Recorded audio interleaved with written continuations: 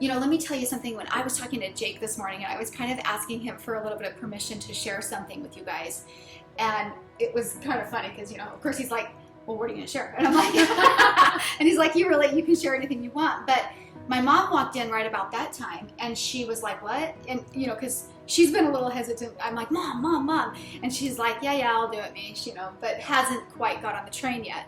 And there was... Because some people just don't want to know. Yeah, some personalities, okay. right? Some personalities, it's fun, it's interesting. So, but she's standing there, and Jake looks her in the eye and says, this is among, the top 3 things that you can do in your life for personal development and self-discovery.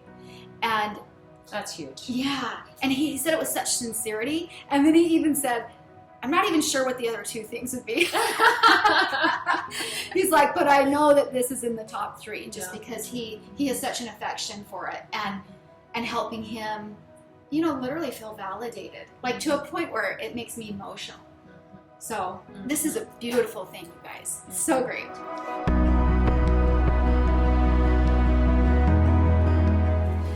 Hey everybody, it's Mesha. This is my great friend Jen, whom I adore, and I'm so pleased that she is sharing with us something that's really part of her heart. Look, Jenny came to me, 4 or 5 months ago, and she said, Mish, I am knee deep in this train.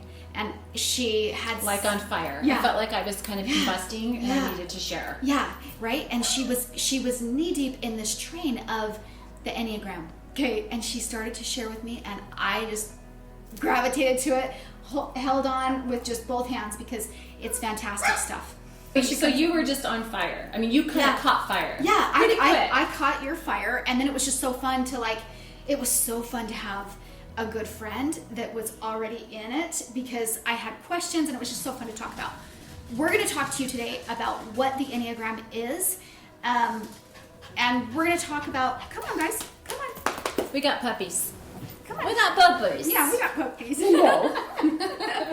We're going to talk to you today about what the Enneagram is. Look, Maggie wants you, not me. She's like, why are you holding me?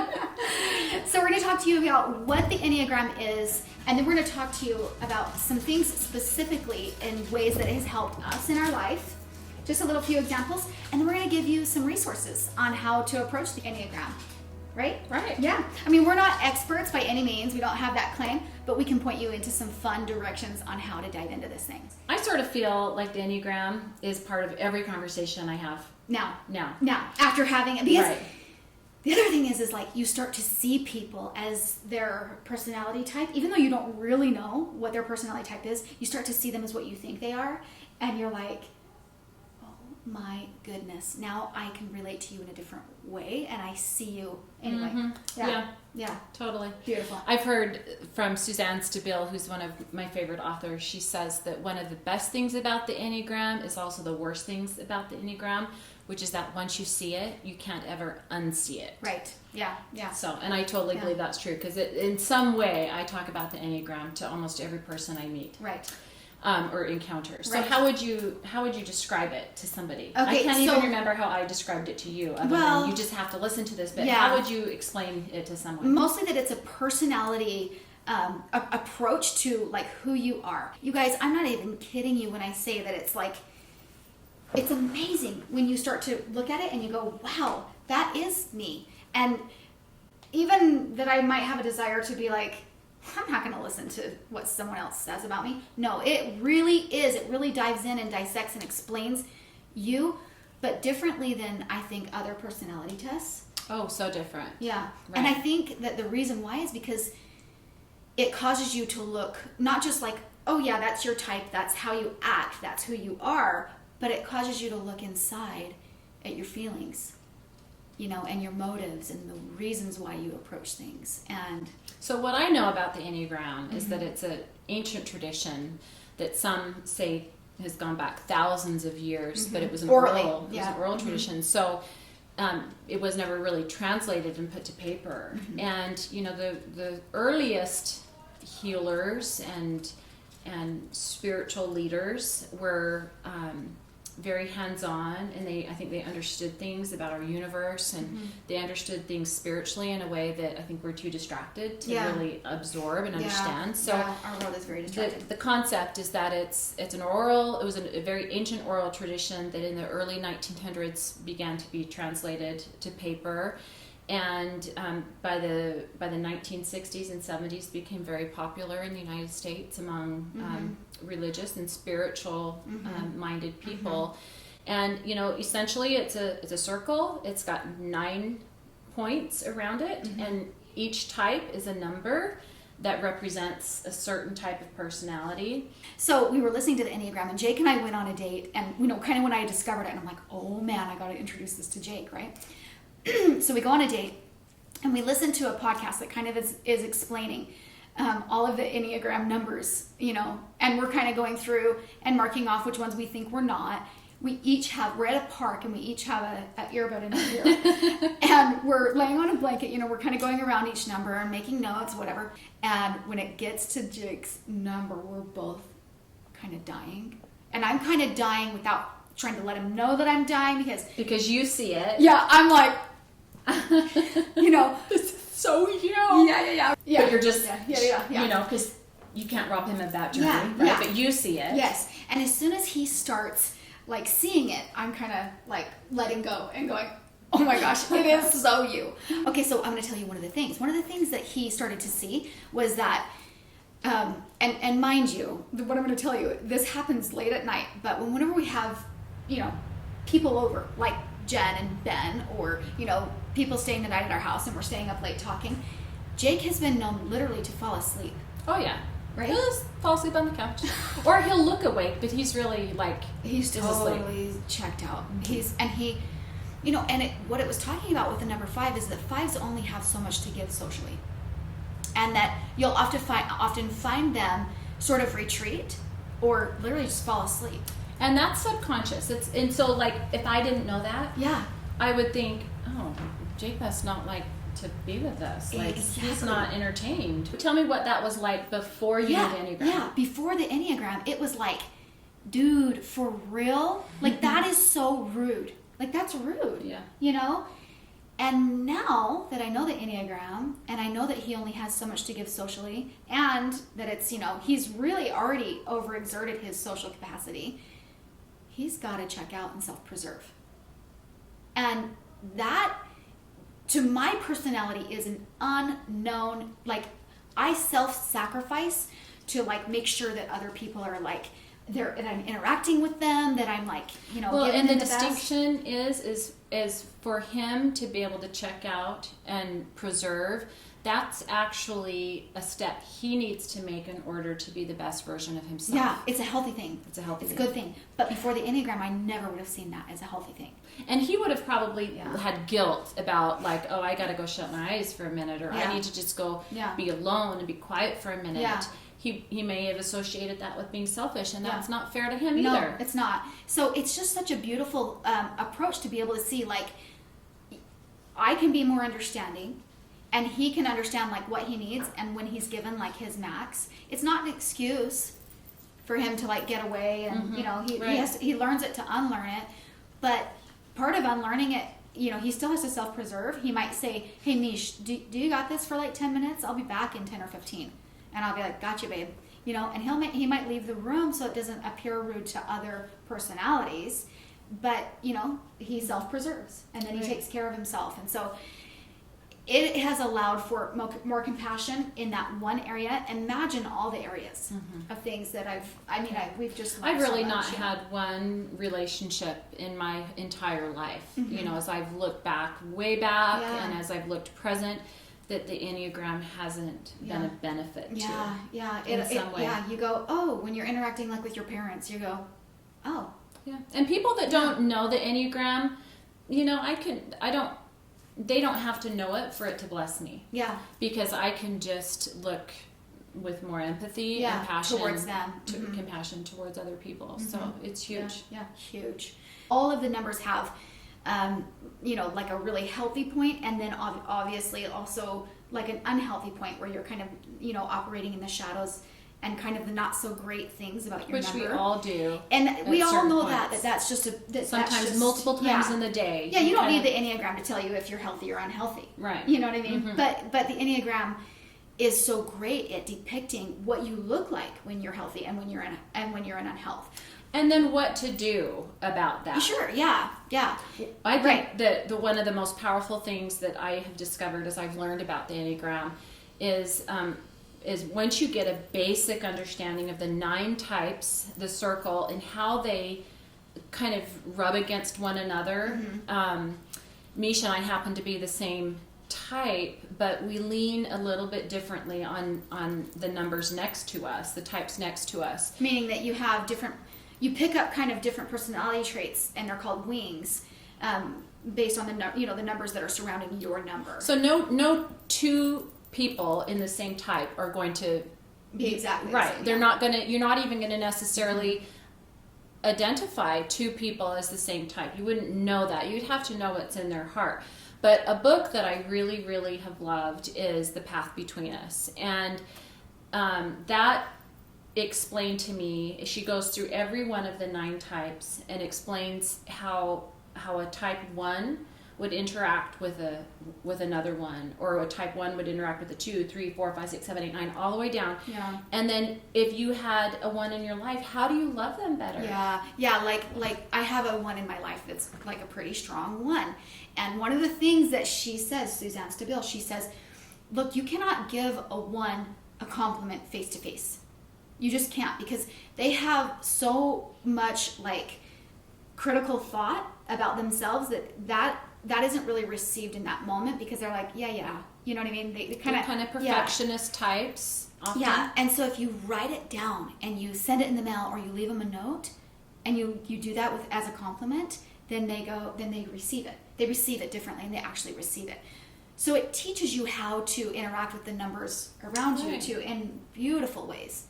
Like the ways that it's taught me how to interact in my marriage, and the allowance for compassion and for understanding has been transforming, wouldn't you say? Completely transforming. Like, so great, Oh, and I've been a witness to that. It's been really, really beautiful. Yeah. And I've experienced the same thing in my marriage and in the relationship I have with my kids. I have to say that it's been really transforming, and I'm still studying my children, and in an effort not to be critical of them and to only emphasize their shadows, but like I want to see the good, the bad, the ugly, and how they receive you, and how they react with the world, and really ultimately how I can put my best version of myself forward, and how I can best love the people in my life. That's what it's about. Yeah. So what are some personal things that you've experienced with the Enneagram? Things that are good examples personally. What have you seen yourself, or what have you seen when you interacted with somebody else that's helped you? Well, I have to say that in my marriage, one of the things that I learned, my husband being a 9, is that they hear about 2/3 of what you say. They are kind of, our husbands are similar. They're different types, but they have a limited capacity. And they just sometimes don't have the same amount of energy. Oh, man. That you and I have, right? Like we could just go and be revved up all day. And I think prior to the Enneagram understanding and knowledge and language, I understood that withdrawal as a little bit of betrayal, or indifference to me. Yeah, or being lazy about the things that we need to do. That are most important. Yeah. Right. So we've talked about this before, but the Enneagram has given a longer leash. Yeah, a lot of space. And you have said this so much that the Enneagram's not an excuse to behave a certain way. Yeah. It's not I'm a 4, so I can just be moody all the time. No. That's not what the Enneagram's about. And anyone that's serious about really doing self-work and self-introspection, they're gonna learn the shadow side, but they're going to strive for the best high side of themselves. The high side of themselves. My favorite quote, literally, of the Enneagram, I think, of anything that I've ever heard, is that you learn the Enneagram to unlearn the Enneagram. So another thing for me in learning the Enneagram that has helped me is I learned, this is one of those validating truths or knowledges that really just kind of stung me, but it allowed me to deal with some relationships. So 2s have such a desire to be acknowledged. Like, simple acknowledgement, recognition. Appreciation. Yeah. They want to be appreciated. Yeah. And when I learned that, I also was thinking of some relationships that are hard for me because I'm not receiving that.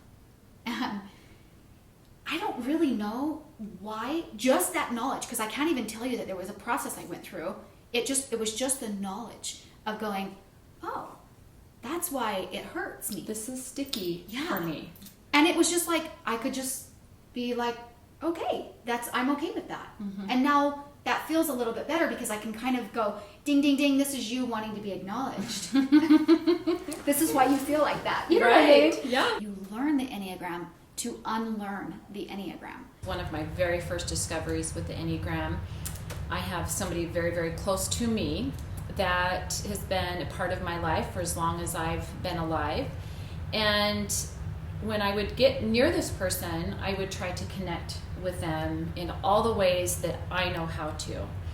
And in years past, I would get with this person and I would just jibber jabber, and share, and tell me more, and ask questions, and touch, and just, the way that I do things. And then I would leave that, and I would feel kind of empty, and just like, he didn't. There was no reception. Yeah, he didn't give me that back, like the reciprocation, which is important for certain types. Mm-hmm. And I didn't understand it. It was confusing to me, and there was something about that felt like betrayal. But I was wrong. Mm-hmm. And without the Enneagram knowledge, I would not have understood that I was wrong and that I misperceived his intentions. Mm-hmm. And this person's very, very dear to me, a very, very close person, and I love this person.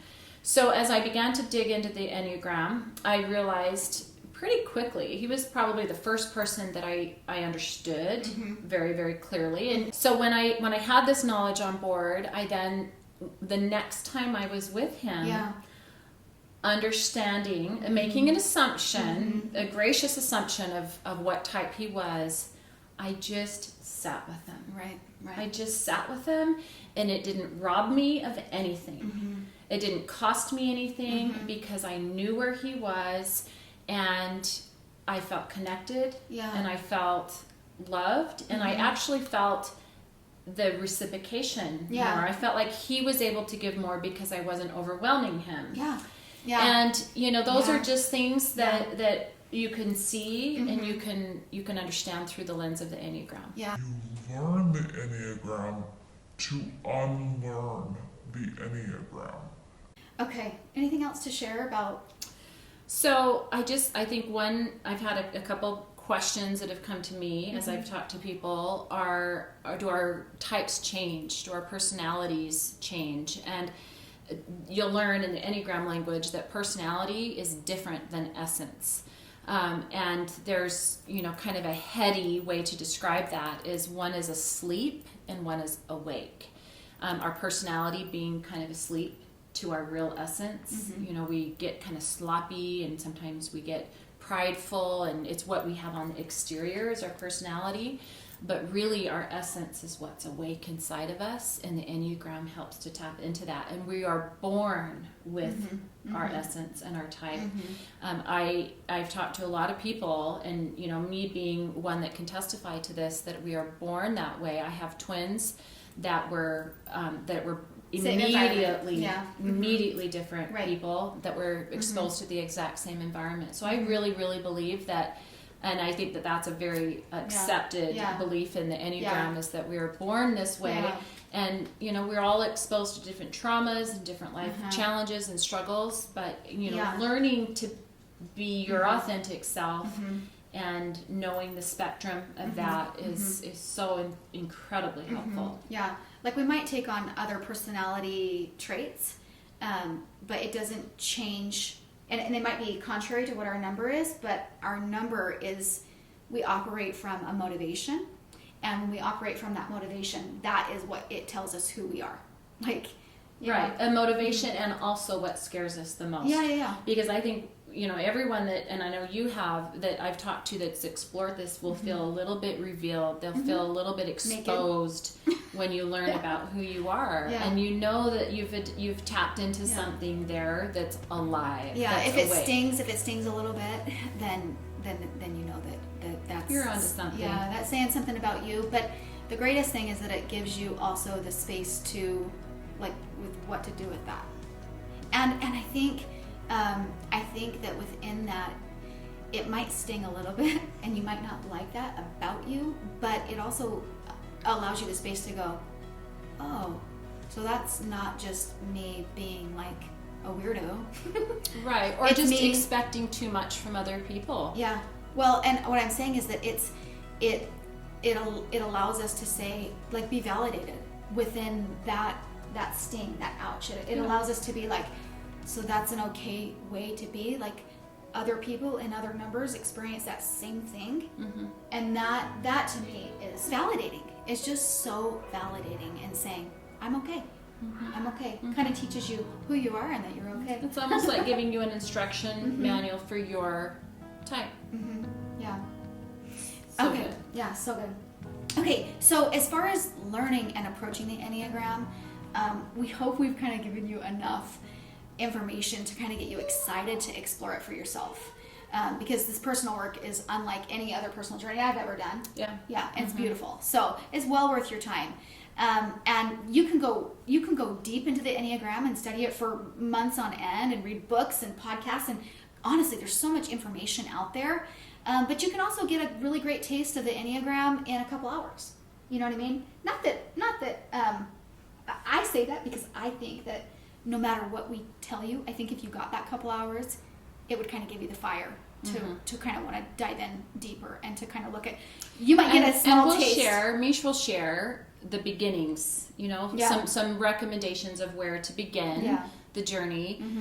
You definitely don't want to start with the headiest, the most intense exploration of it. I know that, I've had friends that have tried to listen to just any old podcast on the Enneagram, and it doesn't make sense to them. Yeah. They don't have their grounding. And so what she'll refer you to will be really important for you to get a kind of a sound basis of what the different... Which way to go, how to start, where to go. And like with any personality test, you can't go to the score sheet in order to learn, what color personalities are or love languages. You've got to really kind of go through the steps and go through the basics, and you'll begin to really recognize yourself, and you'll recognize yourself in all 9, but then you'll begin to realize, okay, I'm not that. Yeah, cross that off the list. Print the Enneagram list. I'm going to link all of the information that we're giving you below. So look in the notes below.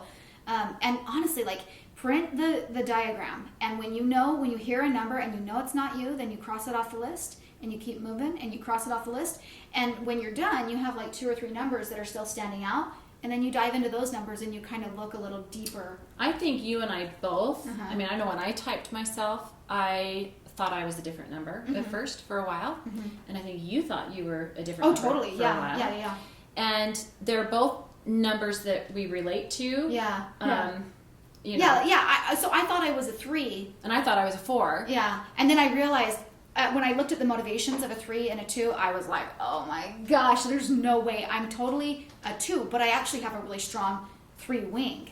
Yeah. Yeah. So fascinating. Yeah, it's just fascinating. And it's a beautiful discovery. It really is. I mean, we've talked a little bit about not typing other people. That's a tendency. You're like, oh my gosh, I know what my husband is, or and you can do that. Yeah, for your own good, for your own knowledge of being able to receive and interact with that person. It's good to type other people. But outside of that, verbally saying to them who you think they are actually robs them of their journey of discovery.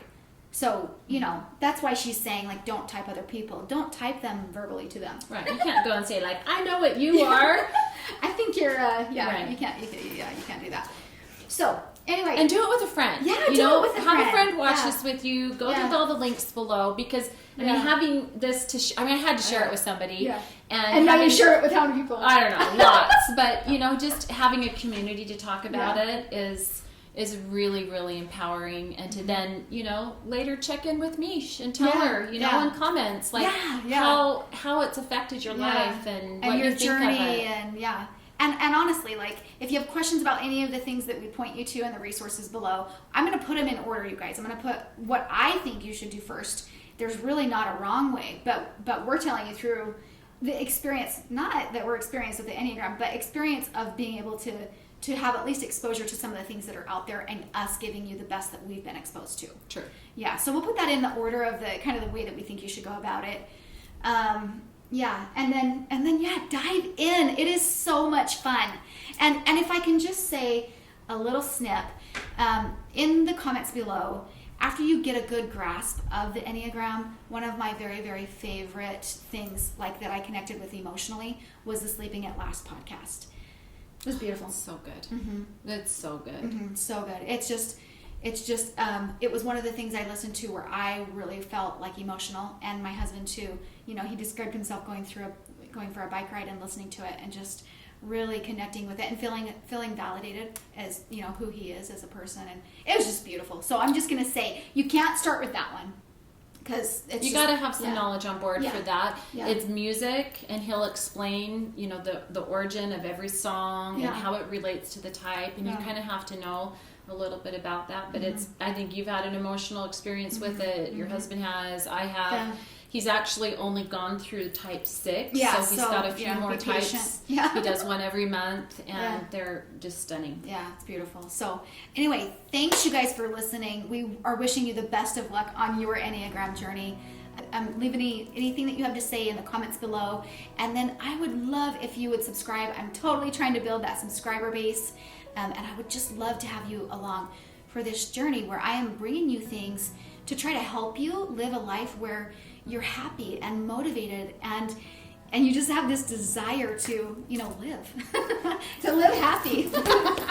You're the best. Thanks, girlfriend. All right, guys, thank you so much for joining us, and we wish you a lot of luck. The very best. Yeah, the very best of luck on your journey. Thanks, guys. We love you.